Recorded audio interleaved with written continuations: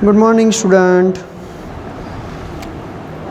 ठीक है, मैं आप लोगों को अब नेक्स्ट सवाल सिखाने के लिए जा रहा हूँ। ठीक है, ये सवाल जो है वो इस तरह से है कि भाई 4.08 गुणे 10⁸ मीटर पर सेकंड वेग से गति कर रहे किसी इलेक्ट्रॉन का तरंग दैर्घ्य क्या होगा।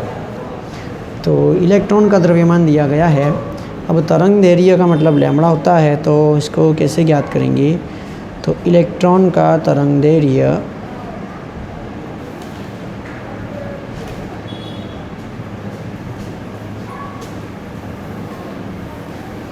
लैम्बडा, किसी का भी तरंग दैर्घ्य लैम्बडा, सूत्र है lambda equals to h upon m v। ठीक है ना। तो ये जो v है वो वेग है और ये हो गया h। अब h जो है वो हमारा स्थिरांक है। ठीक है ना। तो h स्थिरांक क्या है हमारा।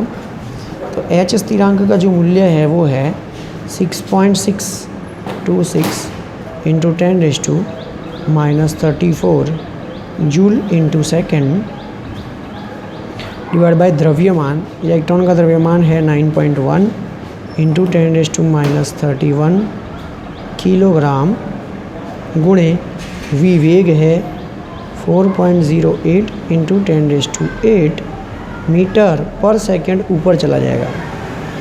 ठीक है ना। चलो अब हम लोग इसको इस तरह से करेंगे कि भाई 6.626 divide by 9.1 into 10⁻31 multiply by 4.08 into 10⁸। अब इंटू 10⁻34 ऊपर है ही। जूल को हम लोग देखो, मैं जूल को कैसे लिख रहा हूँ। जूल को इस तरह से लिख रहा हूँ किलोग्राम मीटर स्क्वायर पर सेकेंड स्क्वायर। ये सिर्फ जूल का है।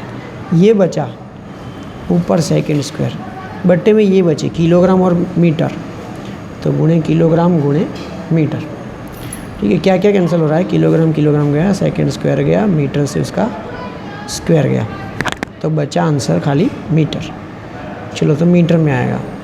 अब आपको ये करना है 6.626 करना है उन्हें 10⁻34 बटे में 9.1 इंटू 4.08 इंटू 10⁻31। 10⁸ है इसलिए +8 होगा। ठीक है। तो अब इसको जो है मैं मल्टीप्लाई करके देखता हूँ।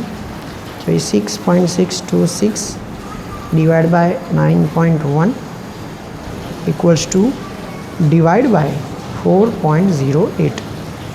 तो आंसर मुझे मिल रहा है 0.1785 इंटू 10⁻, क्या होगा -31 और 8, तो कितना होगा यहाँ पर। तो माइनस हो जाएगा यहाँ पर 23। ठीक है ना। तो 31 में से 8 जाएंगे तो 23 होगा, -23 आएगा। चलो लिख देते हैं -23। तो 0.1785 इंटू 10⁻34 प्लस 23, तो 34 माइनस 23 इक्वल्स टू 11 मीटर। तो 0.1785 इंटू 10⁻11। अब हमको मानो कि ऐसे करना हो तो 1.785 करना हो तो हम लोग पॉइंट को कहाँ ले जा रहे हैं, लेफ्ट टू राइट, मतलब वैल्यू माइनस में करने की। कितनी, -1, तो -11 और -1 -12। तो ये आप लोगों को जवाब मिल गया इसमें। अब देखो गौर से, अगर इस तरह का सवाल आए तो कैसे करना है कि सोडियम लैंप द्वारा उत्सर्जित पीले प्रकाश का तरंग दैर्घ्य लैम्बडा 580 नैनोमीटर है। इसकी आवृत्ति व्यू और तरंग संख्या व्यू बार का परिकलन कीजिए। ठीक है ना।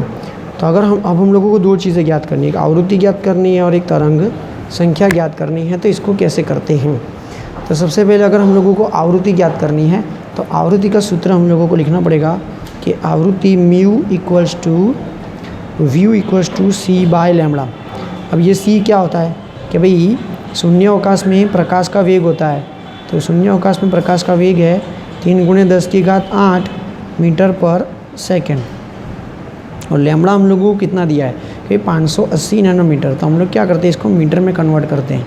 तो 580 नैनो मतलब 10⁻⁹, तो ये मीटर हो गया। ठीक है, तो अब ये हो गया 580 × 10⁻⁹ मीटर।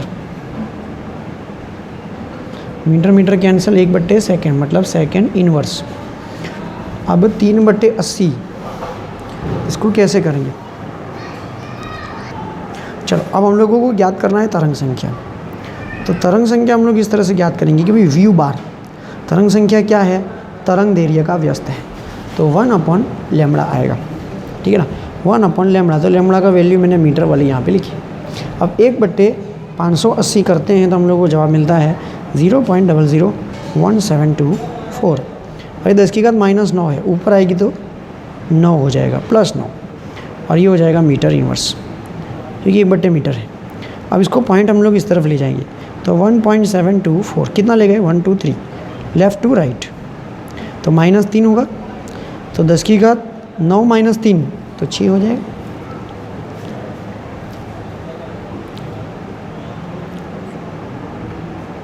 ठीक है, तो ये आ गया आप लोगों का मीटर इनवर्स। तो ये होगा आप लोगों का जवाब मीटर इनवर्स में। मीटर इनवर्स लिखो, सेंटीमीटर इनवर्स लिखो, यहाँ पे सेकंड लिखो, सेकंड इनवर्स लिखो या हर्ट्ज़ लिखो, किस तरह भी हम लोग चेंज कर सकते हैं, आप लोगों को आना चाहिए। सेकंड इनवर्स की जगह हम लोग हर्ट्ज़ लिख सकते हैं, कोई बात नहीं है। मीटर इनवर्स की जगह हम लोगों को सेंटीमीटर इनवर्स करना हो तो हम लोगों को यहाँ पर 2 घात और कम करनी पड़ेगी, कोई बात नहीं, ये बात तो सही है, दोनों सही है। ठीक है फ्रेंड्स, तो इतना जो है मैं आप लोगों को सिखाया है। तो ये सवाल जो है इस तरह से अगर कोई सवाल आते हैं तो हम लोगों को ऐसे हल करना होता है।